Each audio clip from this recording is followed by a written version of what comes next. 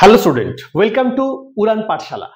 তোমরা প্রত্যেকে উড়ানের সাথে রয়েছো এবং তোমরা ভিডিও দেখে লাইক শেয়ার কমেন্ট অবশ্যই করছো। আমরা দেখছি সেগুলো। যদি কারোর আরো কিছু জিজ্ঞাসা থাকে সেটা আমরা সলভ করবো। তোমরা অনেকেই বলেছো যে গ্রামারটা বেশি করে দিতে এবং পার্ট পার্ট করে দিতে, মানে চ্যাপ্টার ওয়াইজ দিতে। আমরা কিন্তু চ্যাপ্টার ওয়াইজই প্রত্যেকটা যে সাবজেক্টগুলো প্রত্যেকটা চ্যাপ্টার ওয়াইজই কিন্তু করে থাকি। একটু ভালো করে খেয়াল করো, প্লে লিস্টটা দেখো এবং সঙ্গে থেকেও প্রত্যেকটা ক্লাস কিন্তু পরপরই রয়েছে। ঠিক আছে? তো প্রত্যেকে কমেন্ট করে যাও, যেখানে সমস্যা সেটা আমাদের সাথে শেয়ার করো, আমরা তোমাদেরকে আরো কিছু সার্ভিস দেব। তো চলো আমরা যা করেছিলাম তারপর থেকে আমরা আজকে শুরু করি। আজকে ক্লাস নাম্বার 12, সেটা হচ্ছে মনুসংহিতা এবং সমাস। তো যেমন আমরা প্রত্যেক দিনই করে থাকি যে কিছু আমরা দুটো পার্ট রাখি, একদিকে সাহিত্য ইতিহাস পোরশন এবং অন্যদিকে গ্রামার। তো আজকে আমরা মনুসংহিতা ও সমাস করব এই ক্লাসে। চলো আমরা শুরু করি। আর প্রত্যেকে শেষ পর্যন্ত দেখবে, যেখানে যেখানে সমস্যা সেগুলো তোমরা আমাদের সাথে শেয়ার করবে। বারবার বলছি, তাতে তোমাদের কিন্তু লাভ। চলো শুরু করি। তো আমরা আজকে মনুসংহিতা করব। আচ্ছা, মনুসংহিতা জানতে গেলে আমাদের তার আগে জানতে হবে ধর্মশাস্ত্র। ঠিক আছে? কারণ এটা স্মৃতি সংহিতা বা আমরা ধর্মশাস্ত্র বলা হয়। মনুসংহিতা হচ্ছে স্মৃতিশাস্ত্র বা ধর্মশাস্ত্র। তো ধর্মশাস্ত্রটা কি? ধর্মশাস্ত্র হচ্ছে, দেখো, সামাজিক স্থিতি বজায় রাখার জন্য রচিত হলো প্রথমে সূত্র সাহিত্য। ঠিক আছে? সামাজিক স্থিতি বজায় রাখার জন্য রচিত হলো সূত্র সাহিত্য। তারপর কি হলো? এই সূত্র সাহিত্যের একটি সমৃদ্ধ শাখা হলো ধর্মসূত্র, যেখানে ধার্মিক বিষয়গুলো বা আমাদের ধর্ম কি, মানুষের ধর্ম কি, রাজার ধর্ম কি, সমস্ত বিষয় নিয়ে কিন্তু সেখানে আলোচিত ছিল। পরবর্তীকালে এই ধর্মসূত্রগুলির উপর ভিত্তি করে ছন্দবদ্ধ পদ্যে রচিত হলো ধর্মশাস্ত্র এবং ওই ধর্মসূত্রগুলিকে ছন্দবদ্ধ পদ্যে রচনা করা হলো। সেই পদ্যটার নামই হচ্ছে ধর্মশাস্ত্র। এবং অন্যভাবে বলা যায় যে ধর্মশাস্ত্রকেই বলা হয় স্মৃতি বা সংহিতা শাস্ত্র। ঠিক আছে? কারণ আমরা জানি, আমরা যে মনুসংহিতার আমাদের পাঠ্য রয়েছে সেটা স্মৃতিশাস্ত্র অথবা কি সংহিতা শাস্ত্র বলা হয় একে। তাহলে ধর্মশাস্ত্রই হচ্ছে স্মৃতিশাস্ত্র এবং আমাদের মনুসংহিতা একটা ধর্মশাস্ত্র বা স্মৃতিশাস্ত্র। তাহলে যদি বলা হয় যে ধর্মশাস্ত্রকে বা ধর্মশাস্ত্রের অপর নাম কি, আমরা বলতে পারি কিন্তু ধর্মশাস্ত্রের অপর নাম স্মৃতি সংহিতা বা স্মৃতিশাস্ত্র, এবং মনুসংহিতাও কিন্তু একটা স্মৃতিশাস্ত্র বা ধর্মশাস্ত্র। ঠিক আছে? তাহলে এই হচ্ছে ধর্মশাস্ত্র। এটা হচ্ছে মনুসংহিতা। আমরা শুরু করার আগে তার পরিচয় আর কি, যে মনুসংহিতা জিনিসটা কি, কোথা থেকে এলো। নেক্সট, কয়েকজন ধর্মশাস্ত্রকারের নাম লিখুন। প্রশ্ন আসতে পারে যে এদের মধ্যে ধর্মশাস্ত্রকার কে? চারটে অপশন দিয়ে দিল তোমাদের যে এদের মধ্যে কে ধর্মশাস্ত্রকার। তো সেটা তোমাদের এইভাবে জেনে রাখতে হবে যে কয়েকজন ধর্মশাস্ত্রকারের নাম। যাজ্ঞবল্ক্য সংহিতার প্রথম অধ্যায়ে 3 থেকে 5টি শ্লোকে 20 জন ধর্মশাস্ত্রকারের নাম আমরা পাই। তো এটা কোথায় পাই আমরা? যাজ্ঞবল্ক্য সংহিতা। মাথায় রাখতে হবে যে ধর্মশাস্ত্রকারের নাম আমরা কোথায় পাই? যাজ্ঞবল্ক্য সংহিতা। এখানে আমরা 3 থেকে 5টি শ্লোকে, পরপর যে 3 থেকে 5টি শ্লোক আছে সেখানে আমরা 20 জন ধর্মশাস্ত্রকারের নাম মোটামুটি পেয়ে থাকি। তো সেখানে কি তারা হলেন মনু, যেটা আমাদের পাঠ্য মনুসংহিতা, প্রথমেই রয়েছেন মনু, ভগবান মনু, অত্রি, বিষ্ণু, হারিত, যাজ্ঞবল্ক্য, উশনা, অঙ্গিরা, যম, অপস্তম্ভ, সংবর্ত, কাত্যায়ন, বৃহস্পতি, পরাশর, ব্যাস, শঙ্খ, লিখিত, দক্ষ, গৌতম, শাতাতপ ও বশিষ্ঠ। এই হচ্ছে 20 জন রয়েছে। তার মধ্যে আমাদের পাঠ্য হচ্ছে মনুসংহিতার মনু। তো তাও একটু জেনে রাখা দরকার যে কয়েকজন ধর্মশাস্ত্রকারের নাম, বাই চান্স মনু না দিয়ে অন্য কিছু দিল, অথবা যেহেতু আমরা এগুলো জানি না, 4টে অপশন দিল, 4টের মধ্যে কিন্তু মনু ছাড়াও অন্য 3টে রইলো, তো দিয়ে দিল সবকটি, আরো 2জনকে দিয়ে দিল সবকটি। তো আমরা যদি না জানি এগুলো, তাহলে কিন্তু আমরা শুধু মনুসংহিতায় টিক দিয়ে চলে আসবো।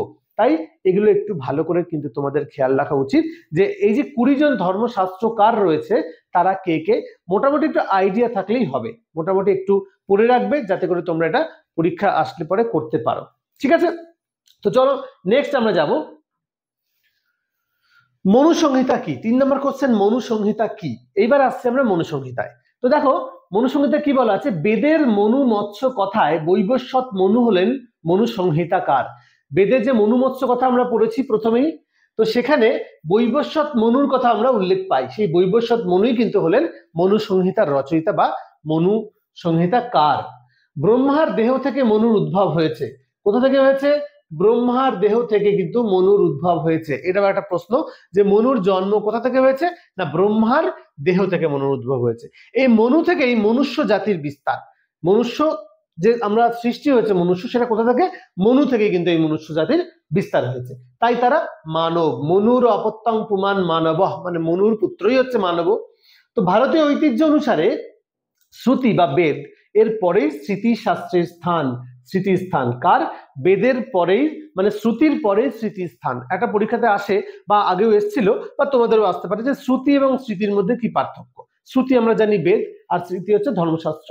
তো বেদের পরেই কিন্তু স্মৃতির স্থান, অতএব স্মৃতিশাস্ত্র হিসেবে বেদের পরেই মনু সংহিতার স্থান আমরা বলতে পারি। তাহলে কি হলো? স্মৃতিশাস্ত্র অনুসারে বেদের পরেই মনু সংহিতার স্থান। দেখো তোমাদের কাছে প্রত্যেকের কাছে প্রচুর বই আছে, নোটস পত্র রয়েছে, এগুলো নিয়ে আমরা জানি, কিন্তু তবু যেগুলো যেগুলো পরীক্ষায় আসার মতো, যেগুলো যেগুলো ইম্পর্টেন্ট, সেগুলো আমরা তোমাদের সাথে আলোচনা করছি। একটু ধৈর্য ধরে তোমরা দেখতে থাকো। তাহলে বোঝা গেল এখান থেকে কতগুলো প্রশ্ন হতে পারে, যে মনুর উদ্ভব কোথা থেকে? ব্রহ্মার দেহ থেকে। তারপর মানব কোথা থেকে? মনুর যে অপত্য, তারাই হচ্ছে মানব। আচ্ছা, এই মনু থেকে মনুষ্য জাতির সৃষ্টি হয়েছে, আর বেদের পরেই মনু সংহিতার স্থান, কারণ শ্রুতির পরে স্মৃতিস্থান যেহেতু, সেই জন্য শ্রুতি মানে বেদ, আর বেদের পরে কিন্তু মনু সংহিতার স্থান। চলে যাবো আমরা নেক্সট কোশ্চেনে। মনু সংহিতা গ্রন্থের সংক্ষিপ্ত পরিচয় দিন। বলছে উত্তরে, নারদ স্মৃতির মুখবন্ধ থেকে জানা যায় যে মনুপ্রণীত ধর্মশাস্ত্রে 1 লক্ষ শ্লোক, এইগুলো কিন্তু একটু দেখতে হবে। শ্লোক আছে কোথায়? মনু সংহিতায় 1 লক্ষ শ্লোক আছে, এবং 180টি অধ্যায়, 180টি অধ্যায় রয়েছে। বর্তমানে 12টি অধ্যায় এবং 2694টি শ্লোক কিন্তু আমরা পেয়ে থাকি। সবটা আমরা পাই না। শ্লোক অধ্যায় রয়েছে 180টি অধ্যায় ছিল আগে, কিন্তু বর্তমানে মাত্র আমরা 12টি অধ্যায় পাই, যার মধ্যে আমাদের 7ম অধ্যায় রাজধর্মটা কিন্তু আমাদের পাঠ্য স্কুল সিলেবাস অনুযায়ী। ওকে, তাহলে 12টি অধ্যায় রয়েছে এবং 2694টি শ্লোক এখানে আমরা পেয়ে থাকি। চলে যাবো আমরা নেক্সট কোশ্চেনে। নেক্সট কোশ্চেন, মনু সংহিতার কয়েকজন প্রসিদ্ধ টিকা ভাষ্যকারের নাম লেখো। মনু সংহিতার কয়েকজন প্রসিদ্ধ টিকাকারের নাম আমরা জেনে নিই। মনু সংহিতার প্রসিদ্ধ টিকা ভাষ্যকার হলেন বীরস্বামী ভট্টের পুত্র মেধাতিথি ভট্ট। দেখো আমরা সবাই মেধাতিথি ভট্ট কিন্তু জানি, কিন্তু তার পিতাকে বীরস্বামী ভট্ট, 9ম শতাব্দীতে তাকে আমরা পাই। তারপরে হচ্ছে মাধব ভট্টের পুত্র গোবিন্দরাজ। গোবিন্দরাজকে আমরা জানি, কিন্তু তিনি কার পুত্র? না, মাধব ভট্টের পুত্র গোবিন্দরাজ, তাকে আমরা পাই 12শ শতাব্দী থেকে 13শ শতাব্দীতে। নেক্সট হচ্ছে দিবাকর ভট্টের পুত্র কুল্লুক ভট্ট। খুবই বিখ্যাত নাম এটা টিকাকার হিসেবে, মনু সংহিতার টিকাকার কুল্লুক ভট্ট। তার পিতাকে দিবাকর ভট্ট হচ্ছে কুল্লুক ভট্টের পিতা। কোথায়? না 300 খ্রিস্টাব্দে আমরা তাকে পেয়ে থাকি। নেক্সট রাঘবানন্দ সরস্বতী, তিনি মন্নর্থ চন্দ্রিকা। আচ্ছা, তো ষোড়শ বা 7ম শতাব্দীতে কিন্তু আমরা রাঘবানন্দ সরস্বতীকে পাই। নেক্সট নন্দনাচার্য নন্দিনী, 1803 খ্রিস্টাব্দে তাকে আমরা পেয়ে থাকি। তো এই ইনফরমেশনটা তোমাদের ক্ষেত্রে জরুরি, যে কয়েকজন মনু ভাষ্যকারের নাম। চলে যাবো আমরা নেক্সট কোশ্চেন। ব্রাহ্মণ ব্রুব কাকে বলে? খুব বিখ্যাত কিন্তু একটা কোটেশন এটা, ব্রাহ্মণ ব্রুব। তো এই ব্রাহ্মণ ব্রুব কি বলছে? যিনি জাতিতে ব্রাহ্মণ হয়েও আচার আচরণে ব্রাহ্মণ নন, তাকে ব্রাহ্মণ ব্রুব বলে থাকে।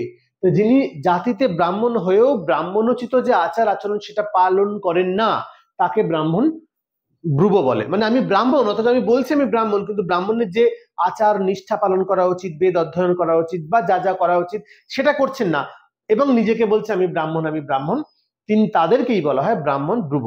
তাহলে যিনি জাতিতে ব্রাহ্মণ হয়েও আচার আচরণে ব্রাহ্মণ নন, বা ব্রাহ্মণের কর্তব্য তিনি পালন করেন না, তাকে বলা হয় ব্রাহ্মণ ব্রুব।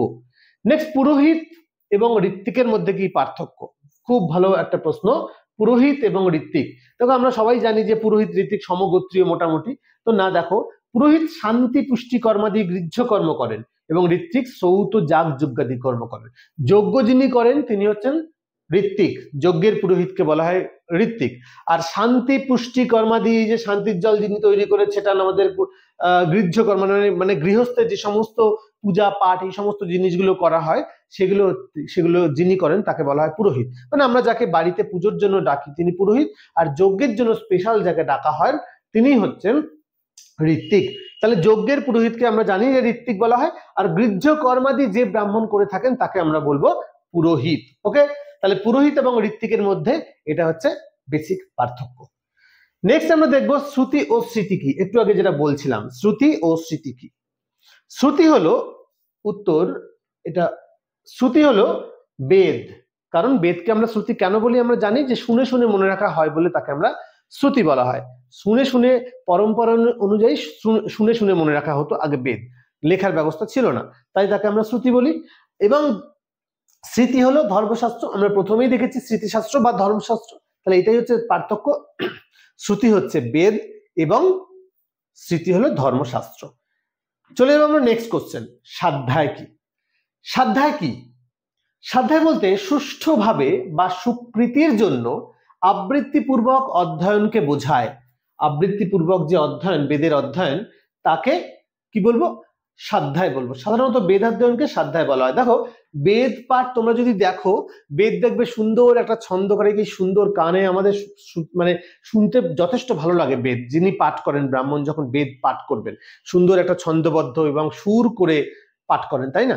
যেমন ধরো আমরা মনুসংহিতার প্রথম শ্লোকটা যদি বলি, ইয়া সৃষ্টি স্রষ্টুরাজ্ঞা বহতি বিধির হুতং ইয়া হবি ইয়া চ হত্রি ইয়ে দে কালং বিদত্ত শ্রুতি বিষয় গুণা। কিন্তু আমি যদি বলি ইয়া সৃষ্টি স্রষ্টুরাজ্ঞা বহতি বিধির হুতং ইয়া হবি ইয়া চ হত্রি, এইভাবে যদি বলি শুনতে খারাপ লাগে। তো এর মধ্যে কোনো ছন্দ নেই, কোনো তাল লয় কিছু নেই। তো সেটাই বলছে যে স্বাধ্যায় কাকে বলে? সুষ্ঠুভাবে এবং সুকৃতির জন্য আবৃত্তিপূর্বক যে অধ্যয়ন, বেদ অধ্যয়ন, আবৃত্তির মতো করে যে বেদ অধ্যয়ন, সেটাকেই বলা হয় স্বাধ্যায়। ঠিক আছে, তো সেটাকে বলা হচ্ছে স্বাধ্যায়। আচ্ছা, নেক্সট আমরা দেখব মহাযজ্ঞ কি। মহাযজ্ঞ কি দেখে নি। বলছে 5 বিশেষ যজ্ঞকে মহাযজ্ঞ বলে। 5 প্রকার যে যত রকম যজ্ঞ আছে তার মধ্যে 5 প্রকার বিশেষ যজ্ঞকে বলা হয় মহাযজ্ঞ। যেমন ব্রহ্মযজ্ঞ, যেটাকে বলা হয় অধ্যাপনা, মানে পড়ানো, পাঠ করানো কাউকে। পিতৃযজ্ঞ, যাকে বলা হয় তর্পণ। দেবযজ্ঞ, যাকে হোম বলা হয়। 4 নম্বরে আছে ভূতযজ্ঞ। ভূত মানে হচ্ছে প্রাণী সম্পদ, প্রাণীদের খাদ্য দান।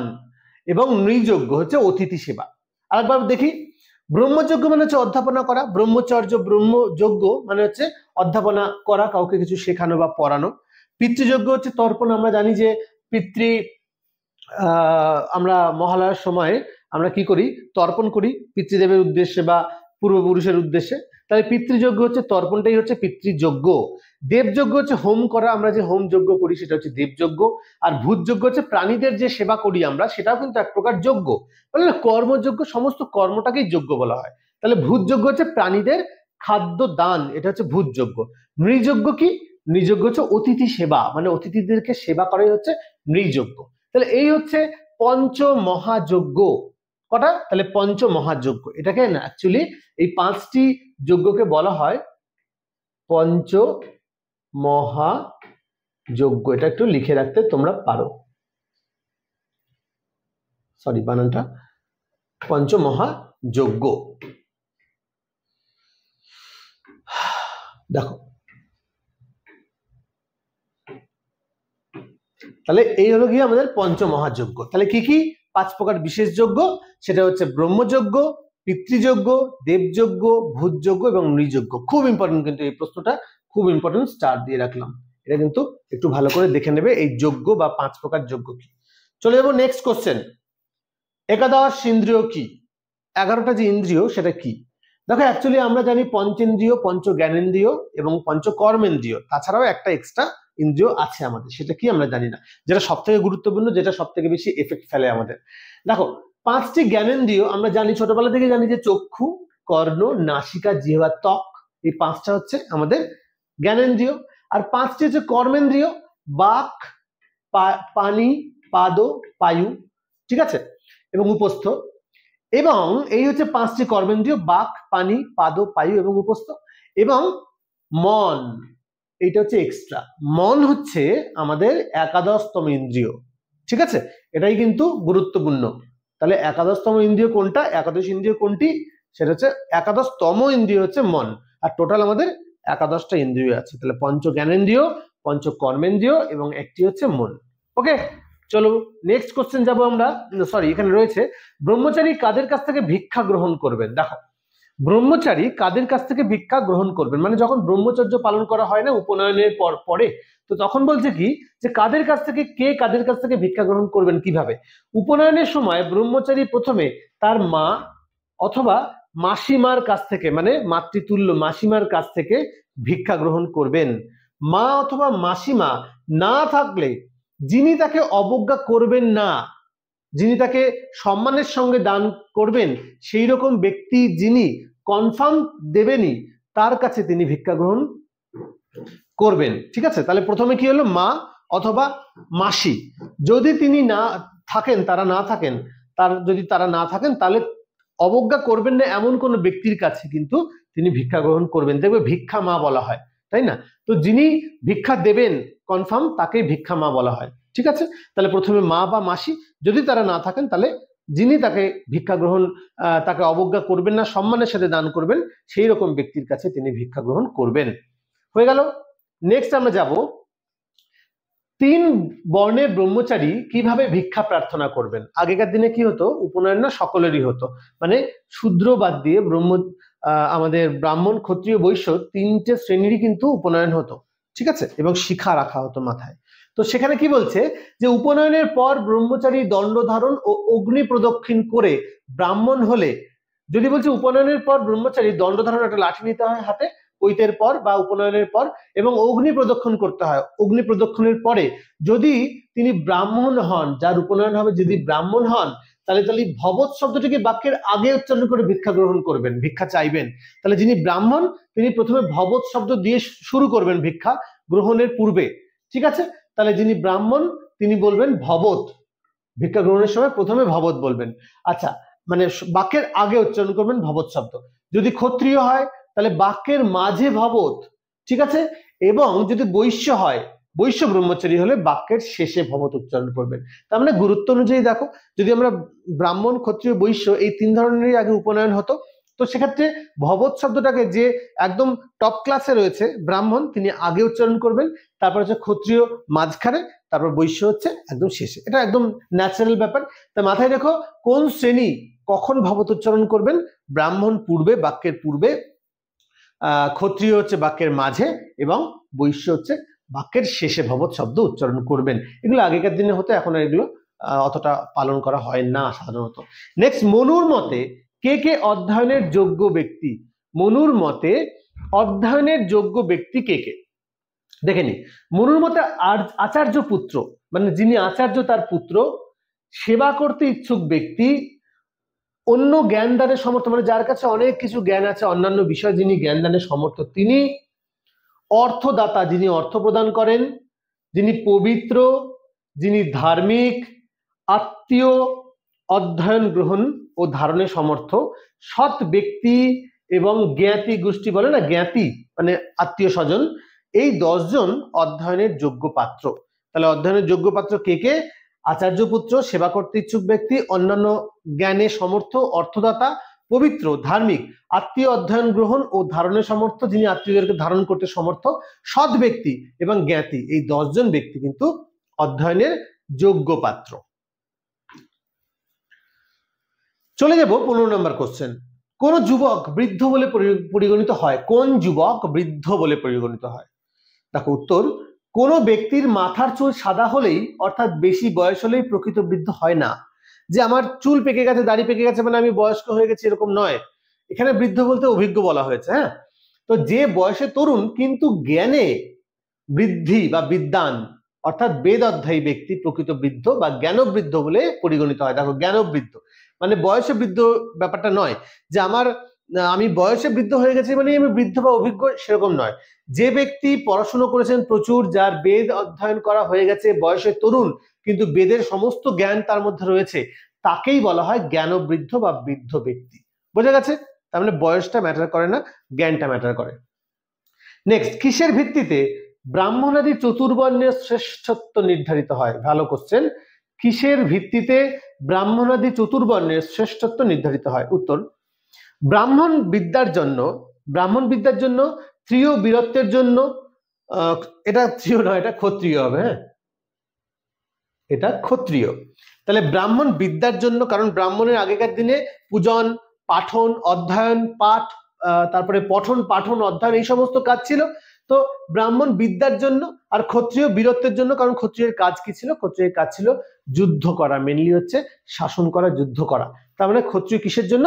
বীরত্বের জন্য। যে যত বীর সে তত বড় ক্ষত্রিয়। এবং বৈশ্য ধন সম্পদের জন্য বৈশ্য কি করতো? বৈশ্যরা করতেন মেনলি হচ্ছে ব্যবসা বাণিজ্য করতেন বৈশ্যরা। তাহলে আমরা জানি যে ব্রাহ্মণরা পূজা অর্চনা, পাঠ, পঠন পাঠন এই সমস্ত করতেন, বেদাধ্যয়ন করতেন, আর ক্ষত্রিয়রা যুদ্ধ, তারপরে শাসন এই সমস্ত সাথে যুক্ত ছিলেন, এবং বৈশ্যরা ব্যবসা বাণিজ্য করতেন, আর 3 শ্রেণীকে সেবা করতেন হচ্ছে শূদ্র। তাহলে বলছে যে ব্রাহ্মণ বিদ্যার জন্য শ্রেষ্ঠ ছিলেন, আর ক্ষত্রিয় হচ্ছে বীরত্বের জন্য, বৈশ্য ধন সম্পদের জন্য, এবং শূদ্র বয়সে বড় হওয়ার জন্য শ্রেষ্ঠ বা জ্যেষ্ঠ রূপে গণ্য।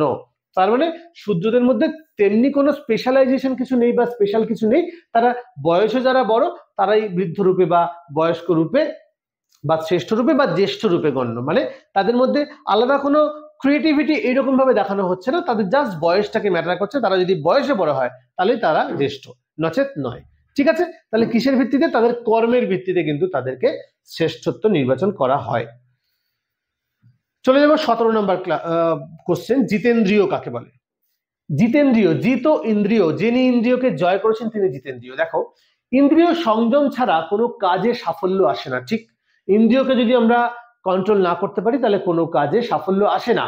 ভোগ্য পদার্থের দর্শন, শ্রবণ, স্পর্শ, আঘ্রাণ বা স্বাদ গ্রহণ করে যিনি আনন্দিত বা দুঃখিত হন না তিনি জিতেন্দ্রিয়। তাহলে কি বলেছে? ভোগ্য পদার্থের দর্শন, শ্রবণ, স্পর্শ, আঘ্রাণ বা স্বাদ গ্রহণ করে যিনি আনন্দিত বা দুঃখিত হন না তিনি জিতেন্দ্রিয়। মানে ভোগ্য পদার্থের দর্শন করছেন, শ্রবণ করছেন, স্পর্শ করছেন, আঘ্রাণ করছেন বা স্বাদ গ্রহণ করছেন, যিনি আনন্দিত হন না, এইসব কিছু করে যিনি আনন্দিত হন না তিনি জিতেন্দ্রিয়। আমি খাবারের জন্য খাদ্য খাচ্ছি, মানে পেট উদরপূর্তির জন্য বা বেঁচে থাকার জন্য খাদ্য খাচ্ছি, আর আমি রেস্টুরেন্টে গিয়ে 5 স্টার হোটেলে গিয়ে একটা ভালো মন্দ খাচ্ছি, এই দুটোর মধ্যে পার্থক্য আছে। আমি বেঁচে থাকার জন্য খাচ্ছি, সেখানে আমি শাক পাতাও খেতে পারি, আমার যেটা দরকার শরীরের জন্য সেটুকু খেতে পারি, কিন্তু আমি যদি জিভের জন্য, স্বাদের জন্য খাই, সেটা কিন্তু ইন্দ্রিয় জয় হবে না। আমার মধ্যে যদি কাম, ক্রোধ, লোভ, মোহ এগুলো থাকে তাহলে আমরা ইন্দ্রিয়কে জয় করতে পারবো না। তাই তিনি বলেছেন যে সংযম ছাড়া কোনো কাজে সাফল্য আসে না।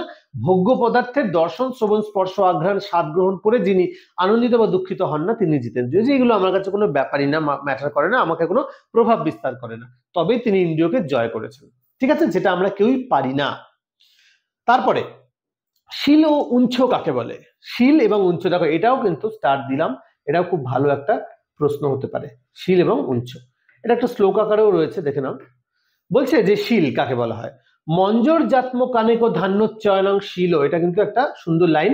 মঞ্জর জাত্ম কানেক ধান্যচয়নং শীল, অর্থাৎ শস্য ক্ষেত্রে পড়ে থাকা ধান্যের একটি একটি করে মঞ্জরি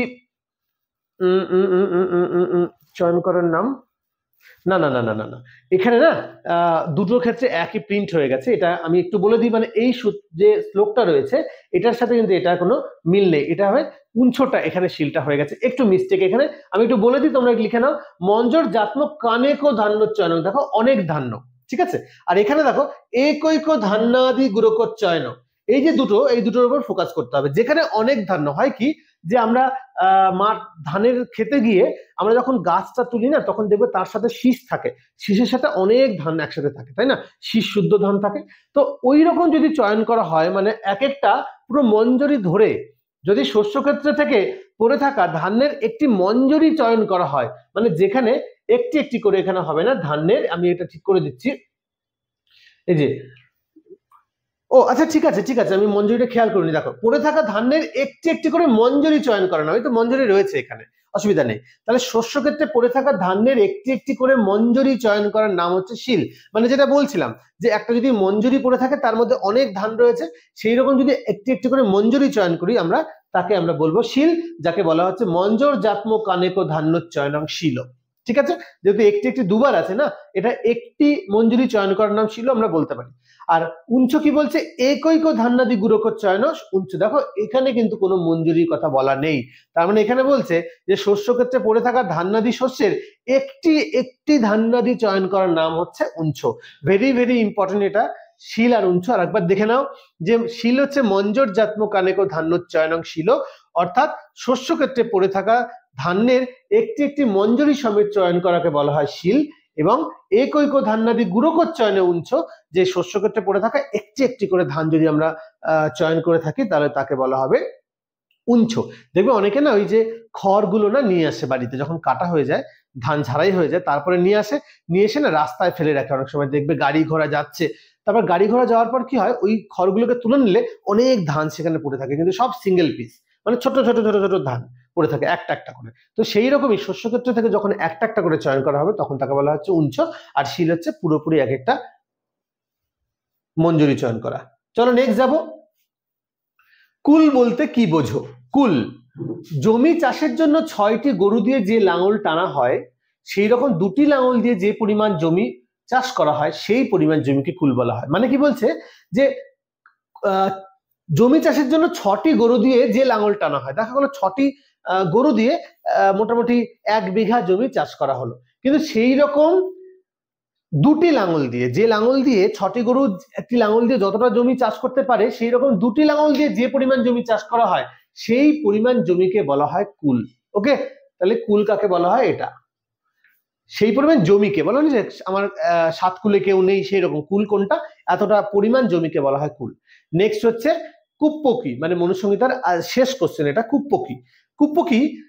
আচ্ছা, কুপ্প হচ্ছে যোদ্ধারা, দেখো এটা যোদ্ধা হবে, যোদ্ধারা যুদ্ধে জয়লাভ করলে তাদের সোনা রূপা প্রভৃতি মূল্যবান ধাতু বাদে লোহা তামা, হ্যাঁ লোহা তামা তারপর প্রভৃতি অপেক্ষাকৃত কম দামি ধাতু উপহার দেওয়া হতো, সেগুলিকে কুপ্প বলা হয়। এই কুপ্প যোদ্ধাদের ব্যক্তিগত সম্পত্তি হিসেবে গণ্য করা হয়। ঠিক আছে, তাহলে কি হলো আরেকবার বলি, ভালো করে বুঝিয়ে দিই। এটা যোদ্ধারা যুদ্ধে জয়লাভ করলে তাদের সোনা রূপা প্রভৃতি মূল্যবান ধাতু বাদে লোহা তামা প্রভৃতি অপেক্ষাকৃত কম দামি ধাতু উপহার দেওয়া হতো, এগুলোকে কুপ্প বলা হয়। এই কুপ্প যোদ্ধাদের ব্যক্তিগত সম্পত্তি হিসেবে গণ্য করা হয়। যেমন ধরো একটা দল, একটা রাজা যখন তার সমস্ত সৈন্য সামন্ত নিয়ে যোদ্ধাদের নিয়ে যুদ্ধে যাচ্ছেন, সেই যুদ্ধ যখন জয় করছেন রাজা, তখন হয় কি সেই যুদ্ধ থেকে মানে অপর পক্ষের যা যা আমরা পাচ্ছি সব লুট করে নিচ্ছে এই যারা জিতছে, ঘোড়া থেকে শুরু করে অস্ত্র শস্ত্র ধন সম্পদ সবকিছু লুট করে নিচ্ছে। কারণ যখন যুদ্ধে যায়, বহু দূরে দূরে যুদ্ধে যায়, তাদের সাথে প্রচুর ধন সম্পত্তি থাকে,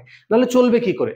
হ্যাঁ, সোনা দানা থাকতে পারে, তাদের সাথে মুদ্রা থাকতে পারে, খাদ্য থাকতে পারে, অস্ত্র আছে, হাতি আছে, ঘোড়া আছে, সমস্ত কিছু। এবার যখন আমরা তাদেরকে জয় করছি তাদের সেই সম্পদগুলো আমাদের হয়ে যায়, এবং সেইটা কি হয়, রাজা কি করেন, সেই জিনিসগুলো সবটাই কিন্তু তাদের প্রাপ্য। কাদের প্রাপ্য? রাজারা নিয়ে নেয়। এবার রাজা নিয়ে সেখানে যে মূল্যবান জিনিসগুলো হয় না, সোনা রূপা, এই সমস্ত মূল্যবান যে জিনিসগুলো বা মুদ্রাগুলো তারা রাজারা নিজেরা রেখে দেয়, এবং অপেক্ষাকৃত কম, যেমন তামা লোহার যে সমস্ত ধাতু পাওয়া যায় সেইগুলো কাদের দেওয়া হয়? যোদ্ধাদের উপহার দেওয়া হয়। এগুলোকেই বলা হয় কিন্তু কুপ্প, এবং এইগুলো যোদ্ধাদের ব্যক্তিগত সম্পত্তি হিসেবে ধরা হয়। বোঝা গেল? তাহলে যোদ্ধাদের কুপ্প যেটা, সেটা ব্যক্তিগত সম্পত্তি হিসেবে ধরা হয়, এটার উপরে রাজার কোনো অধিকার থাকে না। চলো হলো, তাহলে এই মোটামুটি 20টা কোশ্চেন করানো হলো, আরো প্রচুর কোশ্চেন আছে, তো আমরা বই থেকে নিশ্চয়ই পড়বো, তোমাদের কাছে নোট আছে, আমরা পরবর্তীকালে আরো কোশ্চেন আনসার তোমাদের দিয়ে দেবো। ঠিক আছে, চলো এবার নেক্সট আমরা যাব, মনুসংহিতা আমাদের মোটামুটি হয়ে গেল, এবার আমরা গ্রামার পোর্শনে যাব। আজকে আমাদের গ্রামার পোর্শন রয়েছে, দেখো সমাস। আচ্ছা, তো আমরা সমাসে চলে যাব, আমরা কারক করে ফেলেছি। তো সমাসে দেখো কি হয়, দেখো সমাস, আমরা অনেকেই ভাবে যে সমাস মানে ছমাস বা একটা ভয়ের বিষয়। তো দেখো এখানে কোনো সমাস মানে ভয়ের বিষয় নয়। আমরা যদি প্রপার ওয়েতে দেখি তাহলে সমাস খুবই সোজা এবং খুব ইন্টারেস্টিং একটা পার্ট। তো সমাস খুবই সোজা এবং খুবই ইন্টারেস্টিং একটা পার্ট। দেখো সমাস শিখতে গেলে কি জানতে হবে, আমরা আগে তো কারক জেনেছি, তো কারক মাস্ট, কারক তো জানতেই হবে। এবং সমাস কি, দেখো সমাস জানতে গেলে আমাদের কয়েকটি জিনিস জানতে হবে। একদম হ্যাপাজার্টলি যদি আমরা পড়াশোনা করি সমাস কাকে বলে এবং মুখস্থ করতে চাই, তাহলে কিন্তু সেটা ক্ষণস্থায়ী বা আমরা পরে ভুলে যাব সেটা, তো সেটা মনে রাখা সম্ভব নয় বেশি দিন। কিন্তু যদি আমরা বুঝে নিই যে কোন সমাস কেন হচ্ছে, কয় প্রকার সমাস, তাহলে কিন্তু সেটা মনে রাখা খুবই সহজ। তো দেখো আমরা শুরু করব সমাস। তো একটু মন দিয়ে দেখবে, সঙ্গে থাকবে, এবং কেমন লাগলো একটু প্লিজ জানাবে তোমরা। যদি ভালো না লাগে সেটাও বলবে, যদি ভালো লাগে বা বুঝতে পারো তাহলে অবশ্যই সেটাও একটু তোমরা আমাদের সাথে শেয়ার করবে। চলো শুরু করি। সমাস, সমাসের সংজ্ঞা। সমাসের সংজ্ঞা হচ্ছে একপদী ভাব সমাস, দুটো পদকে এক পদে পরিণত করাকেই বলা হয় সমাস। দুটো পদ, ছোট ছোট দুটো পদ, যেমন ধরো বিদ্যা একটা পদ, আলয় একটা পদ, এই বিদ্যা এবং আলয়কে যদি আমরা জুড়ে দেই একসাথে, তাহলে যে নতুন পদটা পাবো সেটাকেই বলা হবে সমাস। তাই বলা হচ্ছে যে একপদী ভাব সমাস। কি বলেছে, দুই বা তার বেশি পদ পরস্পর এক পদে পরিণত হলে তাকে আমরা সমাস বলবো। দুই বা তার বেশি পদ পরস্পর এক পদে পরিণত হলে তাকে আমরা সমাস বলবো। আচ্ছা, উদাহরণ রাজ্ঞ পুত্র রাজপুত্র, উদাহরণ রাজ্ঞ পুত্র রাজপুত্র। তো দেখে নাও, এই যে রাজ্ঞ, রাজ্ঞ কোথায় আছে? রাজ্ঞ আছে 6-এর 1 আর পুত্র আছে 1-এর 1, আমরা জানি। তাহলে 6-এর 1 মানে কি রাজার আর পুত্র, তাহলে রাজার পুত্র যখন আমরা জুড়ে দেখছি তখন হয়েছে যে রাজপুত্র, তখন কিন্তু আমরা কাকে দেখছি? রাজপুত্র অন্য একজন ক্যারেক্টারকে দেখছি যিনি রাজার পুত্র। তাহলে রাজা একটা আলাদা পদ, পুত্র একটা আলাদা পদ, যখন জুড়ে গেল তখন বলা হচ্ছে রাজপুত্র, সেটা হচ্ছে সমাস হয়ে গেল। ঠিক আছে, এবং সমাসে মাথায় রাখবে যে সাধারণত পূর্ব পদের বিভক্তি লোপ পায়, সাধারণত পূর্ব পদের বিভক্তি লোপ পায়। হলো, নেক্সট সমাস পদবিধি। আচ্ছা, সমাস হচ্ছে পদবিধি। পদবিধি কথার অর্থ কি? দেখো এখানে বলা হচ্ছে সমর্থ পদবিধি। সমর্থ কথাই হচ্ছে সমাস, মানে সমর্থ মানেই হচ্ছে সমাস, বা সমাস মানেই সমর্থ। এবার সমর্থ বলছে পদবিধি। পদবিধি হচ্ছে যেটা একটা পদ বিধান করতে সমর্থ বা একটা পদ তৈরি করতে সমর্থ, মানে যেটার অর্থ থাকবেই মাস্ট। অর্থযুক্ত শব্দকে আমরা পদ বলি, তাহলে যার অর্থ থাকবে তাকেই বলা হবে পদ। তাহলে সমাস হচ্ছে পদবিধি, অর্থাৎ দুটি পদ এক পদে পরিণত হয়ে অবশ্যই একটা পদ গঠন করতে সমর্থ হবে বা একটা অর্থ প্রকাশ করতে সমর্থ হবে, এটা মাথায় রাখতে হবে। পদবিধি মানে হচ্ছে যেটা আমি দুটো পদকে জুড়ে দিলাম, এদিকে মানে হলো না, যেমন ধরো বিদ্যাযুক্ত আলয়, আমরা আলয়যুক্ত বিদ্যা, আলয় বিদ্যা করে দিলাম কিন্তু কোনো পদ তৈরি হলো না, মানে অর্থ নেই, তার মানে এটা সমাস হবে না। তার মানে এমন ভাবে আমাকে দুটো পদকে জুড়ে দিতে হবে যে দুটো জুড়ে দিলে আমরা নতুন একটা শব্দ যেটা পাবো যার একটা অর্থ থাকবে প্রপার, তাই না, বা পদ। তাহলে বিদ্যাযুক্ত আলয় বিদ্যালয়, বা রাজ্ঞপুত্র আমরা যদি পুত্র রাজ্ঞ করে দিই তাহলে তো অর্থ হচ্ছে না, তাই না। তাহলে রাজপুত্র যদি আমরা করি তাহলে তার একটা অর্থ হচ্ছে যে রাজার পুত্রকে আমরা ইন্ডিকেট করছি। তার মানে দুটো পদ অবশ্যই এক পদে পরিণত হবে এবং সেটা অবশ্যই একটা অর্থ তৈরি করতে সমর্থ হবে। ঠিক আছে, তাই তাকে বলা হচ্ছে সমাস পদবিধি বা সমর্থ পদবিধি। চলে যাব আমরা সমাস চতুর্বিধ, অর্থাৎ সমাস প্রধানত 4 প্রকার। দেখো আমরা জানি সমাস 6 প্রকার। যে কি কি সমাস 6 প্রকার আমরা জানি, অনেকেই বলে থাকো যে অব্যয়ভাব, দ্বন্দ্ব, বহুব্রীহি, তারপরে তোমরা কর্মধারায়, দ্বিগু, হ্যাঁ, এগুলো আমরা তৎপুরুষ, এগুলো বলে থাকি। তো এইভাবে 6টা বলছি, মুখস্থ করছি, কিন্তু জানি না যে কোনটা কেন হচ্ছে। তো সেই রকম করলে চলবে না, আমাদের আগে ভালো করে বুঝে নিতে হবে সমাস চতুর্বিধ। ঠিক আছে, মানে সমাস প্রধানত 4 প্রকার। দেখো এই 4টা যদি ভালো করে বুঝতে পারো, এখানেই কিন্তু আমরা টোটাল বিষয়টাকে ক্লিয়ার করে দেওয়ার চেষ্টা করছি, বেসিক এটা। ঠিক আছে, খুব ভালো করে দেখবে এটা সমাস। দেখো সমাস 4 প্রকার। আমি একটা গল্প বলি। সমাস না একটা ফ্যামিলি, ধরে নাও সমাস একটা ফ্যামিলি, সেই ফ্যামিলিতে 4 জন ছেলে আছেন। সেই ফ্যামিলি বা সমাসের 4টি সন্তান, পুত্র সন্তান রয়েছে। ঠিক আছে, এক বাড়িতে রয়েছে পুত্র সন্তান বা ছেলে রয়েছে। এবার পুত্র সন্তান বা কন্যা সন্তানও বলতে পারে, কিন্তু পুত্র সন্তান যেহেতু বাড়িতেই থাকবেন, কন্যা সন্তানের বিয়ে হয়ে যাবে, তো সেই জন্য পুত্র রয়েছে 4টে। সেই 4টে পুত্র হচ্ছে অব্যয়ভাব, তৎপুরুষ, দ্বন্দ্ব এবং বহুব্রীহি। এই 4টে পুত্রের মধ্যে তৎপুরুষ হচ্ছে তার আবার 2টো সন্তান রয়েছে, বাকিরা কেউ বিয়ে টিয়ে করেনি। তো তৎপুরুষের 2টো সন্তান রয়েছে, সেই 2টো সন্তানকে একটা হচ্ছে কর্মধারা, একটা হচ্ছে দ্বিগু। তো এই দেখো একটা ফ্যামিলিতে প্রথম জেনারেশনে অব্যয়ভাব, তৎপুরুষ, দ্বন্দ্ব, বহুব্রীহি 4 ভাই রয়েছে, এবং ওই তৎপুরুষের আবার 2টো সন্তান রয়েছে, একটা কর্মধারা এবং একটা দ্বিগু।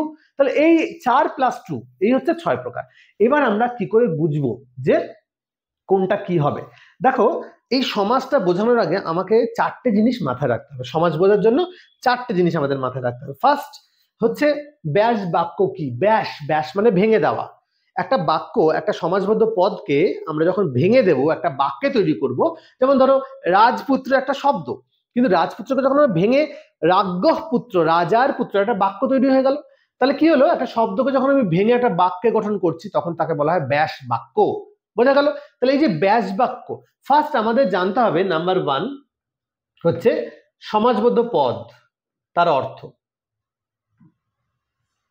সমাজবদ্ধ পদের অর্থ। 2 নাম্বার অর্থ গেল। এইবার তার ব্যাস বাক্য নির্ণয় করা। ব্যাস বাক্য নির্ণয় করা। ব্যাস বাক্য নির্ণয় করার পর 3 নাম্বার কি দেখবো আমরা? কে প্রধান, কে প্রধান মানে কোন শব্দটা প্রধান, দুটি শব্দ দুটি পদ তো মিলিত হয়ে সমাস হয়, তো কোন পদটার অর্থ প্রধান মানে কে কার অর্থ প্রধান। এবং 4 নাম্বার সমাসবদ্ধ পদে প্রধান পদ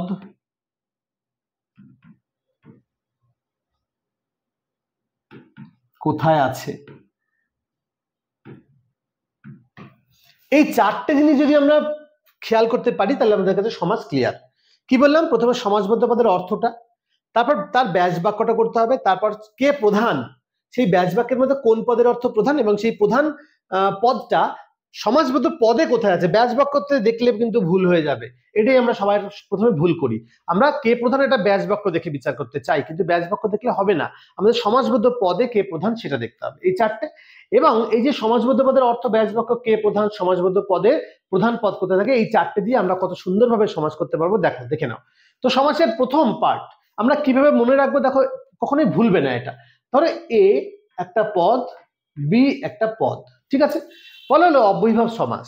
বলছে যে পূর্ব পদের অর্থ যদি প্রধান হয়, পূর্ব পদার্থ প্রধান মানে পূর্ব পদের অর্থ যদি প্রধান হয় তাহলে সেটাকে আমরা বলবো অব্যয়ীভাব সমাস। মানে যদি এ প্রধান হয় তাহলে আমরা বলবো অব্যয়ীভাব সমাস। তারপর তৎপুরুষ বলছে, একটা পূর্বটা গেল, এবার পরেরটা। তৎপুরুষ বলছে যদি পরপদ প্রধান হয়, পরপদের অর্থ যদি প্রধান হয় তাহলে তাকে আমরা বলবো তৎপুরুষ সমাস। তাহলে বি হচ্ছে পরপদ, তাহলে এটা হচ্ছে তৎপুরুষ সমাস। দ্বন্দ্ব, উভয় পদের অর্থ প্রধান, এবার কাউকেই বাদ দেওয়া যাবে না, এ বি দুটোই প্রধান হচ্ছে, তাহলে তাকে আমরা বলবো দ্বন্দ্ব সমাস। বোঝা গেল? এবার তাহলে কি বললাম যে প্রথমে হচ্ছে 1 নাম্বারটা প্রথম হল প্রধান হলো, তাহলে সেটা অব্যয়ীভাব সমাস। পরপদ প্রধান হলো তাহলে সেটা তৎপুরুষ সমাস। উভয় পদই প্রধান হলো মানে তোমার পূর্ব এবং পশ্চাৎ যে দুটো পদই সমান হলো তাকে আমরা বলবো দ্বন্দ্ব সমাস। এবং বহুব্রী হচ্ছে অন্য পদের অর্থ, মানে এ বি কেউ প্রধান নয়, এও প্রধান নয়, বিও প্রধান নয়, নতুন একটা পদ সেটা হচ্ছে সি চলে আসলো, সি যদি প্রধান হয় তাহলে তাকে আমরা বলবো বহুব্রী সমাস। ক্লিয়ার? কি বললাম, দুটো পদ, তার মধ্যে পূর্ব পদের অর্থ প্রধান অব্যয়ীভাব গেল, পরপদ প্রধান তৎপুরুষ, দুটোই প্রধান দ্বন্দ্ব, কেউ প্রধান নয় অন্য কেউ প্রধান সেটা হচ্ছে বহুব্রী। এই 4টে জিনিস সিম্পল ব্যাপার। এ প্রধান অব্যয়ীভাব, বি প্রধান তৎপুরুষ, এ বি প্রধান দ্বন্দ্ব, কেউ প্রধান না সি প্রধান তাহলে তৎপুরুষ। এই হচ্ছে ব্যাপার। এবারে আসছি যে তৎপুরুষ সমাসের আবার দুটি ভাগ আছে। আচ্ছা আমরা একটা একটা করে উদাহরণ দিয়ে দেখলে মনে হয় ভালো হয়। আমরা আপাতত একটা উদাহরণ দিয়ে দেখি, পরে আমরা আবার উদাহরণ পাবো। তাহলে দেখো অব্যয়ীভাব সমাসের যদি উদাহরণ বলি আমরা, আচ্ছা আমরা পরবর্তীকালে পরের স্লাইডে দেখি, সেখানে আরো সুন্দর করে আমি সাজিয়ে রেখেছি, তখন করছি। তাহলে আমরা এইটুকু জানবো যে পূর্বপদের অর্থ প্রধান অব্যয়ীভাব, পরপদ প্রধান তৎপুরুষ, উভয় পদ অর্থ প্রধান দ্বন্দ্ব, বহুব্রী হচ্ছে অন্য পদের অর্থ প্রধান। এবার তৎপুরুষ সমাসের আবার দুটি সন্তান, আমরা বললাম যে তৎপুরুষ সমাসের দুটি সন্তান, কে কে, কর্মধারা এবং দ্বিগু। তার মানে যখনই তৎপুরুষের সন্তানেরা, তার মানে নিশ্চয়ই কর্মধারার মধ্যে তৎপুরুষের যে ক্রাইটেরিয়া, যে গুণাগুণ রয়েছে সেটা থাকবে নিশ্চয়ই, কারণ আমরা জানি যে আমাদের মধ্যে পিতা মাতার জিন বয়ে বেড়াই, আমরা বয়ে নিয়ে যাই, তার মানে আমার মধ্যে অবশ্যই তার কিছু বৈশিষ্ট্য থাকবে এবং আমার নিজস্ব কিছু বৈশিষ্ট্য থাকবে। তার মানে তৎপুরুষের পদ হচ্ছে পরপদের অর্থ প্রধান, তার মানে ডেফিনেটলি কর্মধারার সমাসে কিন্তু পরপদের অর্থ প্রধান হবে এবং নিজস্ব কিছু ক্রাইটেরিয়া রয়েছে। তাহলে কি হচ্ছে, সেই নিজস্ব ক্রাইটেরিয়া হচ্ছে বিশেষ্য বিশেষণ ভাব। তাহলে যদি পূর্বপদটা বিশেষণ এবং পরপদটা বিশেষ্য হয় তখন তাকে আমরা বলবো কর্মধারা সমাস। তাহলে কাকে বলবো, যে তৎপুরুষ সমাসের পূর্বপদটা বিশেষণ এবং পরপদটা বিশেষ্য তাকে আমরা বলবো কর্মধারা সমাস। এবং অবশ্যই তৎপুরুষ সমাস বলেছি মানে পরপদ প্রধান। চলে যাব দ্বিগু, দ্বিগুও তাই, তৎপুরুষেরই একটা শাখা, তার মানে অবশ্যই পরপদ প্রধান এবং পূর্বপদটা একটা সংখ্যাবাচক বিশেষণ হবে, যেমন সংখ্যা থাকবে না, পঞ্চনদী এইরকম আর কি। তাহলে বোঝাতে পারলাম যে এই যে 6 প্রকার সমাস হলো মোট, তার মধ্যে প্রধান হচ্ছে 4 প্রকার, অব্যয়ীভাব, তৎপুরুষ, দ্বন্দ্ব, বহুব্রী, কে প্রধান তার উপর বেস করে। আর তৎপুরুষের দুটি ভাগ, কর্মধারা আর দ্বিগু। কর্মধারা হচ্ছে বিশেষ্য বিশেষণ ভাব বোঝাবে এবং দ্বিগু হচ্ছে সংখ্যাবাচক বিশেষণ বোঝাবে। বোঝা গেছে? চলো এই হচ্ছে আমাদের বেসিক রুলসটা। যদি এটা বুঝতে কোনো অসুবিধা হয় কমেন্ট করবে, আমরা নেক্সট ক্লাসে আবার বলবো। চলে যাবো আমরা নেক্সট। আচ্ছা নেক্সট দেখো অব্যয়ীভাব সমাস। আমরা অব্যয়ীভাব সমাসটা আজকে আলোচনা করব। অব্যয়ীভাব সমাস কি বলছে, যে পূর্ব পদের অর্থ প্রধান অব্যয়ীভাব সমাস। যে সমাসে পূর্বপদটি প্রধান এবং পূর্ব পদটি একটি অব্যয় পদ, পূর্বপদটি একটি অব্যয় পদ হবে তাকে অব্যয়ীভাব সমাস বলবো। যে পূর্বপদের অর্থ প্রধান বলে দিয়েছি, আমরা আগেই বলেছি যে পূর্বপদের অর্থ যদি প্রধান হয় তাকে অব্যয়ীভাব সমাস বলে। তাহলে আমরা কি দেখলাম, পূর্বপদের অর্থ প্রধান ও অব্যয়ীভাব, এটা হচ্ছে সংজ্ঞা গেল। নেক্সট কি বলছে, যে সমাসে পূর্বপদটি প্রধান এবং পূর্বপদটি একটি অব্যয় পদ তাকে অব্যয়ীভাব সমাস বলবো। তাহলে যে সমাসে পূর্বপদের অর্থ প্রধান হবে এবং পূর্বপদটি একটি অব্যয়, অবশ্যই একটা অব্যয় হবে, তাকে আমরা অব্যয়ীভাব সমাস বলবো। অব্যয়ীভাব সমাস সাধারণত ক্লিবলিঙ্গ হয়। ঠিক আছে, এবার আমরা এটাকে একটু ব্যাখ্যা করবো। দেখো, দুর্ভিক্ষম, আমরা জানি দুর্ভিক্ষ, দুর্ভিক্ষম কথার অর্থ কি? দুর্ভিক্ষমের ব্যাস বাক্য হচ্ছে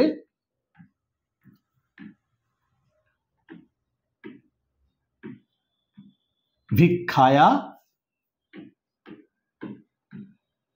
অভাব। আমরা যদি বাংলায় বলি সেটা হচ্ছে ভিক্ষার অভাব। এবং এই দুর্ভিক্ষকে যদি আমরা ভাঙি তাহলে কি পাবো? দুঃ যুক্ত ভিক্ষা পেলাম। তাহলে দুর্ভিক্ষকে ভাঙলে আমরা পেলাম দুঃ যুক্ত ভিক্ষা। খুব ভালো কথা।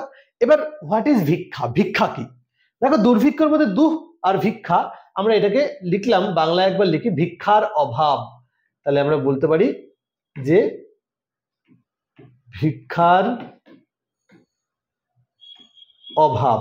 ঠিক আছে, ভিক্ষার অভাব। এই যে ভিক্ষার অভাব, এটাকে ভালো করে খেয়াল করলে দেখো যে এর মধ্যে কোনটা প্রধান। তাহলে আমরা কি দেখেছি, দুর্ভিক্ষ মানে অভাব আমরা জানি, সেটাকে ব্যাস বাক্য করলাম ভিক্ষার অভাব। এবার দেখবো কে প্রধান, এখান থেকে দেখবো কে প্রধান। বলো, ভিক্ষা প্রধান না অভাব প্রধান? দেখো, আমাদের দেখে মনে হচ্ছে যে ভিক্ষার অভাব, ভিক্ষাটাই প্রধান, তাই না? তো দেখো, আমরা কি হয় যে যদি বলি যে আমরা যদি চোখ বন্ধ করে একটু দুর্ভিক্ষটাকে একটু কল্পনা করি, তো দেখবো চোখ বন্ধ করে আমরা যদি দুর্ভিক্ষকে কল্পনা করি, দেখবো যে চারিদিকে মাটি ফেটে রয়েছে, তার মানে কিসের অভাব? জলের অভাব। গাছে কোনো পাতা নেই, তার মানে সেটাও কিসের অভাব? জলের অভাব হতে পারে। মানুষের শরীরে বস্ত্র নেই, তাই না, উলঙ্গ হয়ে তারা ঘুরে বেড়াচ্ছে, তার মানে বস্ত্রের অভাব। বাচ্চা বাচ্চা ছোট ছোট বাচ্চাগুলো সেই পেটটা ফুলে গেছে বা শীর্ণকায় মানুষের শরীর, কিসের অভাব? পুষ্টির অভাব, খাদ্যের অভাব। তার মানে দুর্ভিক্ষ ভাবলে যে যাই ভাববো সবাইয়ের গোড়াতেই রয়েছে অভাব। তার মানে দুর্ভিক্ষ মানে হচ্ছে টোটাল, মানে হচ্ছে অভাব। আমরা বলি না, আরে ওর বাড়িতে যাচ্ছি, ওর বাড়িতে দুর্ভিক্ষ লেগেছে, আরে আমার কাছে টাকা লেগে চাইছিস, আমার তো নিজেরই দুর্ভিক্ষ চলছে, তার মানে আমার অভাব চলছে। তার মানে এই যে অভাবটা কিসের অভাব? ওই যে জলের অভাব। ভিক্ষা বলেছে, দেখো ভিক্ষা কাকে বলে? আমাকে যদি কেউ ভিক্ষা চায়, বাড়িতে যদি ভিক্ষা নিতে কেউ আসেন, তিনি কি বলেন যে আমাকে একটু অর্থ ভিক্ষা দিন, আমাকে একটু চাল ভিক্ষা দিন? বলেন না, ভিক্ষাং দেহি বা ভিক্ষা দিন। তো আমরা কেউ চাল দেই, আমরা কেউ সবজি দেই, আমরা কেউ অর্থ দেই, আমাদের কাছে যা যা থাকে তাই তাই দেই। দেখবে সবজি বাজারে যদি কেউ ভিক্ষা নিয়ে যায়, থলে নিয়ে সবাই তার সবজি দেয়। তার মানে ভিক্ষা বলতে কোনো নির্দিষ্ট জিনিস নয়, অন্ন, বস্ত্র, বাসস্থান, যে কোনো কিছু হতে পারে ভিক্ষা। তার মানে ওই যে অভাব বললাম, সবকিছুই তার অভাব, সেই ভিক্ষাটার অভাব। জল নেই, খাবার নেই, বস্ত্র নেই, তার অভাব। তার মানে দুর্ভিক্ষ বললে মূল জিনিস হচ্ছে অভাব। কারণ দেখো, ভিক্ষা কিন্তু ভিক্ষাকে ইন্ডিকেট করছে, ভিক্ষার অভাব। আর এই যে অভাবটা হচ্ছে দুঃখকে ইন্ডিকেট করছে। তার মানে দুঃখ মানে হচ্ছে দুঃখ, দুর্দশা, যেটা হয় অভাবের। মূল জিনিস হচ্ছে দুঃখ, দুর্দশা। এবং আমরা জানি দুঃখ মানে এটা একটা অব্যয় পদ, যেটা দুঃখ দুর্দশাকে ইন্ডিকেট করছে। তাহলে এখান থেকে আমরা দেখলাম যে প্রধান কোনটা? প্রধান হচ্ছে অভাব। দেখো, এটা কিন্তু পরে রয়েছে, কিন্তু আমরা প্রথমেই বলেছিলাম যে নির্ণয় করতে হবে আমরা সমাজবদ্ধ পদ দেখে সেটা কোথায় আছে। দেখো, এই অভাবটা পূর্ব পদে রয়েছে, তাহলে পূর্ব পদ কিন্তু এখানে প্রধান, কারণ দুর্ভিক্ষর মানেই হচ্ছে অভাব। তাহলে পূর্ব পদের অর্থ প্রধান এবং এটা একটা অব্যয় পদ, তাই এটাকে বলা হচ্ছে অব্যয়ীভাব সমাস। আশা করি তোমরা বুঝতে পেরেছো, জানাবে কেমন। তাহলে এখানে যেটা বলেছিল সেটা মিলে গেল, যে সমাসের পূর্বপদ প্রধান এবং পূর্বপদ অবশ্যই একটা অব্যয় পদ, তাকে বলা হবে অব্যয়ীভাব সমাস। তারপরে দুর্ভিক্ষ এই পদটা একটা অব্যয়ীভাব সমাস। কেন? কেন কি? দু একটা অব্যয় পদ এবং দুয়ের অর্থ এখানে প্রধান অভাব। বোঝা গেছে? চলো নেক্সট। এবার নানা অর্থে এই অব্যয়ীভাব সমাস হয়ে থাকে। অব্যয়ীভাব সমাস নানা অর্থে হয়ে থাকে। দেখ কি হচ্ছে, যে সামীপ্য অর্থে কি কি অর্থ হয় আমি একটু পড়ে দিই। সামীপ্য অর্থে হয়, অভাব অর্থে হয়, যোগ্য অর্থে হয়, সাকল্য অর্থে হয়, বিপসা অর্থে হয়, যৌগপদ্য হয়, সাদৃশ্য অর্থে হয়, সমৃদ্ধি অর্থেও কিন্তু এই আমরা অব্যয়ীভাব সমাস করতে পারি। তাহলে দেখো, আমরা একটু আলোচনা করে নিই যে নানা অর্থে এই অব্যয়ীভাব সমাস কিভাবে হয়। প্রথমেই আমরা দেখবো সামীপ্য অর্থে। সামীপ্য মানে কি? সামীপ্য মানে হচ্ছে কাছে, তাই না? তাহলে উপগৃহম, দেখো গৃহস্য সমীপম, উপগঙ্গম। তাহলে গৃহস্য সমীপম, উপগৃহম হচ্ছে গৃহস্য সমীপম। তাহলে উপগৃহম মানে গৃহের সামনে, ঠিক আছে। আর একটা উদাহরণ দিয়েছে উপগঙ্গম, এটাকে কি করবো আমরা, দেখো গৃহ সমীপম, এখানে কোনটা প্রধান হচ্ছে, দেখো উপটা আগে আছে, আমরা এই স্লাইডে একটু দেখাই, উপগৃহমটাকে দেখাই একটা, হ্যাঁ, বা আমরা অন্য একটা ভালো উদাহরণ দিয়ে দেখি যেটা বুঝতে সুবিধা হবে। উপনদী, সাপোজ উপনদী, তাহলে কি হবে, নদ্যা সমীপম, কি হচ্ছে দেখো এখানে কোনটা প্রধান, নদী প্রধান না সম্মুখটা প্রধান, অনেকে বলবে নদী প্রধান। তো দেখো এটা কি হচ্ছে, যে আমি তোমার বাড়ি চিনি না, তোমার বাড়িতে যাব, তোমার বাড়ি তুমি বললে আমার বাড়ি নদীর পাড়ে, তো আমি তোমাকে গিয়ে ফোন করছি নদীর ধারে গিয়ে যে হ্যাঁ আমি চিনতে পারছি না তোমার বাড়িটা কোথায়, তুমি বললে এই তো নদীর ধারেই, তখন তুমি কি বলবে যে আমি কি নদীতে এসেছি না নদীর সম্মুখে এসেছি, নিশ্চয়ই নদীতে তুমি নেমে যাওনি, নদীর একদম সম্মুখে তুমি দাঁড়িয়ে আছো। তার মানে এখানে উপনদী মানে কি, নদীর সম্মুখ ভাগটা, নদীর ধারটা। তার মানে এখানে কোনটা প্রধান, নদী না সমীপ, সমীপমটা কিন্তু এখানে প্রধান, সেই জন্য সমীপ হচ্ছে উপ, তাহলে উপকথার অর্থ হচ্ছে সমীপ মানে সম্মুখ, তার মানে সমীপ প্রধান এবং সেটা প্রথমে রয়েছে, পূর্বপদ প্রধান হচ্ছে এবং পূর্বপদটা একটা উপসর্গ, তাহলে এটা গেল উপনদী। একই রকম যদি আমরা উপগঙ্গম দেখি, তাহলে উপগঙ্গম উপগৃহম সবটাই কিন্তু একই রকম সামীপ্য অর্থে, মানে আমরা গৃহের সামনে দাঁড়িয়ে আছি, তোমার বলে না যে তোমার বাড়ির সামনে দাঁড়িয়ে আছি, তার মানে বাড়িতে তো ঢুকে যায়নি, তার মানে উপকথার অর্থ হচ্ছে গৃহ নয়, গৃহের সম্মুখ ভাগ, তাহলে এটা প্রধান এবং পূর্বপদে রয়েছে এবং এটা একটা অব্যয়, তাহলে উপগৃহম এটা সামীপ্য অর্থে। প্রশ্ন এইভাবে আসতে পারে যে উপগৃহম এই পদটা কি অর্থে অব্যয়ভাব সমাস হয়েছে, কি সমাস হয়েছে সেটা তো আসতেই পারে, আর কি অর্থে অব্যয়ভাব সমাস হয়েছে এটাও কিন্তু আসতে পারে পরীক্ষাতে। ওকে, চলো নেক্সট, সেই জন্য আমাদের এইগুলো দেখানো। নেক্সট হচ্ছে অভাব অর্থে। অভাব অর্থে কি বলছে, নির্মক্ষিকম, আমরা দুর্ভিক্ষ দিয়ে অলরেডি দেখে ফেলেছি, তো সেম ব্যাপার, নির্মক্ষিকম মক্ষিকানাম অভাব, মানে যেখানে মাছি নেই আর কি, তার মানে এখানে কোনটা প্রধান, এই যে নির্মক্ষিকম, বাহ জায়গাটা খুব মাছি শূন্য, আমরা বলি না কোনো মাছি নেই, তার মানে মাছিটা আমি চাইছি না, তো আমি চাইছি যে মাছি থাকবে না, তার মানে শূন্যটাই এখানে প্রধান, যেখানে থাকবে না, তাহলে পূর্বপদ প্রধান এবং এটা একটা অব্যয় পদ, ঠিক আছে, পূর্বপদ প্রধান হলো, কিন্তু এই অভাবটা পরে রয়েছে, সেই জন্য আমি বারবার বলছি যে কোনটা প্রধান সেটা দেখবো আমরা ব্যাস বাক্য দেখে, এবং এই প্রধান পদটা আগে না পরে সেটা দেখবো আমরা সমাসবদ্ধ পদ দেখে। একই রকম দুর্ভিক্ষ আমরা করেছিলাম ভিক্ষায়া অভাব। নেক্সট হচ্ছে যোগ্য অর্থে। যোগ্য অর্থে অনুরূপম, দেখো রূপস্য যোগ্যম, রূপের যোগ্য, আমরা বলি যে খুব সুন্দর দেখতে, তার মানে রূপের যোগ্য, তাহলে দেখো এই যে যোগ্য পদটা কিন্তু এখানে কি অর্থে ইউজ হচ্ছে, যোগ্য পদটা যোগ্য অর্থে ইউজ হচ্ছে, এবং যোগ্যটা এখানে অনু হিসেবে দেখানো হয়েছে, অনু কথার অর্থ হচ্ছে যেটা যোগ্য, অনুকূল বলি না, মানে ভালো, তারপরে রূপের যোগ্য হচ্ছে অনুকূল, এটা হচ্ছে যোগ্য অর্থে অব্যয়ভাব সমাস। নেক্সট আমরা জানি সাকল্য অর্থে, সতৃণম, দেখো তৃণমপি অপরিত্যজ্য, সাকল্য অর্থে যদি বলি যে তৃণমপি অপরিত্যজ্য, এটা কি লিখতে পারি আমরা, দেখো তৃণমপি, আচ্ছা এগুলো বলে দিই, সমাজ থেকেই কিন্তু আমরা এক কথায় প্রকাশ সলভ করতে পারবো, তৃণমপি অপরিত্যজ্য, অপরিত্যজ্য, তাহলে যখনই এটা দেবো তৃণমপি অপরিত্যজ্য, তখন কি হচ্ছে, তৃণকেও পরিত্যাগ করা যাবে না, তৃণকেও পরিত্যাগ করা যাবে না, এটা হচ্ছে মানে, তাহলে এটা তোমাদের এক কথা প্রকাশে আসতে পারে তৃণমপি অপরিত্যজ্য, দিয়ে আমি দিতে পারি সতৃণম। তাহলে দেখো তৃণমপি অপরিত্যজ্য এটাকে সাকল্য অর্থে কেন বলেছে, সাকল্য মানে হচ্ছে সকল, সমস্ত বা সকল, এটা হচ্ছে সাকল্য। তাহলে দেখো সকল বা সাকল্য, তৃণমপি অপরিত্যজ্য কি হচ্ছে, আমাকে ঘর পরিষ্কার করতে দিয়েছে, ঘর পরিষ্কার করতে দিয়ে বলছে যে ঘরটা এমন ভাবে পরিষ্কার করবি যেন একটা ধুলোবালিও না থাকে, একটা তৃণও না থাকে, একটা ছোট তৃণ দিয়ে আমরা তুচ্ছ বস্তুকে বুঝিয়েছি, তাই না, তাহলে ঘরটাকে এমন ভাবে পরিষ্কার করবি যেন ঘরের ভেতরে একটা ঘাস না থাকে, তার মানে সমস্ত কিছু নোংরা যত আবর্জনা আছে সবগুলোকে নিয়ে তুমি বাইরে আসো, এটা হচ্ছে উদ্দেশ্য।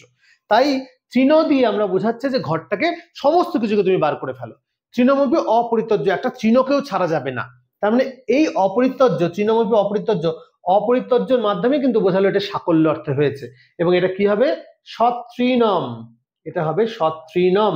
আচ্ছা তৃণ তো রয়েছে, তৃণ দিয়ে আমরা তুচ্ছ বুঝিয়েছি, আর সই হচ্ছে এখানে সাকল্য পদ বুঝিয়েছে, মানে সমস্ত কিছুকে বুঝিয়েছে, ঠিক আছে, তাহলে এটাই হচ্ছে সাকল্য অর্থে অব্যয়ভাব সমাস।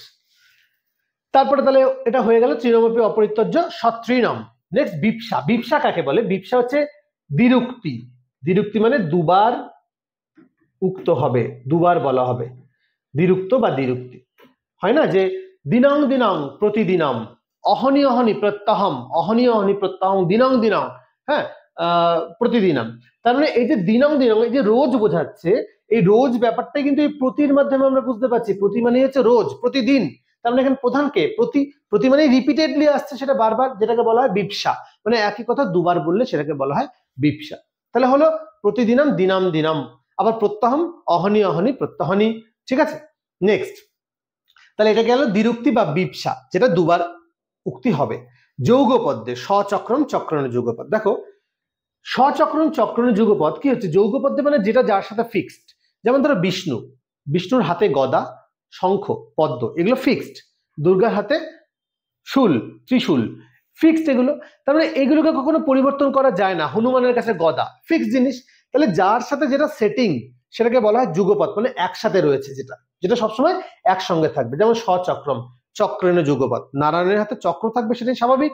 তার মানে সচক্র মানে চক্রের সাথে বর্তমান, তাহলে সেই রকম যদি বোঝায় তাহলে সেটাকে বলা হয় যৌগপদ্যে অর্থে সচক্রম চক্রেণ যুগপদ, মানে চক্রের সাথে বর্তমান। বোঝা গেছে? এটা হচ্ছে যৌগপদ্য অর্থে বা একসাথে অর্থে কিন্তু ইউজ হতে পারে। তাহলে পরীক্ষাতে কিভাবে আসতে পারে যে সচক্রম এই পদটির ব্যাসবাক্য কি হবে? আমরা বলতে পারি যে চক্রেণ যুগপদ, এটা আসতে পারে। আচ্ছা, চক্রেণ যুগপদ এটা এক কথায় প্রকাশ করলে কি হবে? সচক্রম হতে পারে। সচক্রম এটা কি সমাস হবে? আমরা বলতে পারি এটা অব্যয়ভাব সমাস হবে। যদি বলা হয় যে এটা কি জাতীয় অব্যয়ভাব সমাস হয়েছে, তখন আমরা বলতে হবে যৌগপদ্যে অর্থে অব্যয়ভাব সমাস হয়েছে। চলে যাবো আমরা নেক্সট অর্থে, সাদৃশ্য অর্থে। দেখো সহরি, হরি সদৃশম, সেই বলে না সবর্ণ, সেই রকম হচ্ছে সহরি। স কথার অর্থ হচ্ছে সদৃশ মানে মতো, তার মানে হরির মতো অনেকটা। সহরি হচ্ছে হরির মতো, তার মানে এখানে সাদৃশ্য বোঝাচ্ছে যে হরির মতোই দেখতে, তাই সেটা সহরি। তাহলে এখানে সাদৃশ্য প্রথম মানে প্রধান পদ, কিন্তু সাদৃশ্যটা রয়েছে পূর্বে, তাহলে পূর্বপদের অর্থ প্রধান এবং স একটা অব্যয় পদ, তার মানে হলো এখানে অব্যয়ভাব সমাস। বোঝা গেছে? নেক্সট যাবো আমরা সমৃদ্ধি অর্থে। সমৃদ্ধি, দেখো সমৃদ্ধি অর্থে সুমদ্রাম। আচ্ছা, মদ্রানাং সমৃদ্ধি মানে যেখানে যে স্থানটি সমস্ত, মদ্র মানে কি? মদ্র মানে হচ্ছে ধনরত্ন, ধনরত্ন দ্বারা পরিপূর্ণ যে জায়গাটা সেটাকে বলা হয় সুমদ্রম। তাহলে এখানে মদ্রানাং সমৃদ্ধি সমস্ত ধন সম্পদে পরিপূর্ণ, তাহলে এখানে কোনটা প্রধান? সমৃদ্ধিটা প্রধান বা পরিপূর্ণটা প্রধান। তাহলে এই যে পরিপূর্ণটা প্রধান হচ্ছে, সেটা কাকে ইন্ডিকেট করছে? সুমদ্রম। মদ্র মানে তো এটা জানি আমরা ধন সম্পদ, এবং সুয়ের দ্বারা আমরা বুঝতে পারছি যে সেই জায়গাটা ধন সম্পদে একেবারে ঠাসা বা পরিপূর্ণ। তাহলে সুয়ের অর্থ এখানে প্রধান হচ্ছে, যেটা ব্যাস বাক্যতে শেষে ছিল কিন্তু এখানে প্রথমে রয়েছে। তাই আমাদের অব্যয়ভাব সমাস হচ্ছে পূর্বপদের অর্থ প্রধান হলো এবং পূর্বপদটা একটা অবশ্যই অব্যয় পদ হলো। ঠিক আছে? তো এই হচ্ছে আমাদের অব্যয়ভাব সমাস, খুবই ইম্পর্টেন্ট, এবং অব্যয়ভাব সমাস থেকে অনেক প্রশ্ন আসে, তোমাদের তৎপুরুষ থেকে বেশি আসে, কিন্তু অব্যয়ভাব সমাস থেকেও আসে। এইগুলো একটু ভালো করে দেখতে হবে। এতদিন পর্যন্ত কাজে না লাগলেও এখন কিন্তু কাজে লাগবে, যে কোন সমাসটা কি অর্থে প্রয়োগ হচ্ছে, কোন অব্যয়ভাব সমাসটা কি অর্থে প্রয়োগ হচ্ছে। ঠিক আছে? তো এইটুকুনি তোমরা বাড়িতে ভালো করে প্র্যাকটিস করো। নেক্সট ক্লাসে আমরা আসবো এরপরে যেটা রয়েছে, মানে আমরা জেনেছি যে পূর্বপদ প্রধান, তাহলে অব্যয়ভাব সমাস, পরপদের অর্থ প্রধান তৎপুরুষ, তাহলে তৎপুরুষ নিয়ে আমরা পরে আলোচনা করব। তৎপুরুষের মধ্যে প্রচুর ভাগ আছে, খুব ভালো লাগবে। ক্লাসে থাকবে, সঙ্গে থাকবে, উড়ানের সঙ্গে থাকবে। ঠিক আছে? ওকে, চলো ভালো থেকো।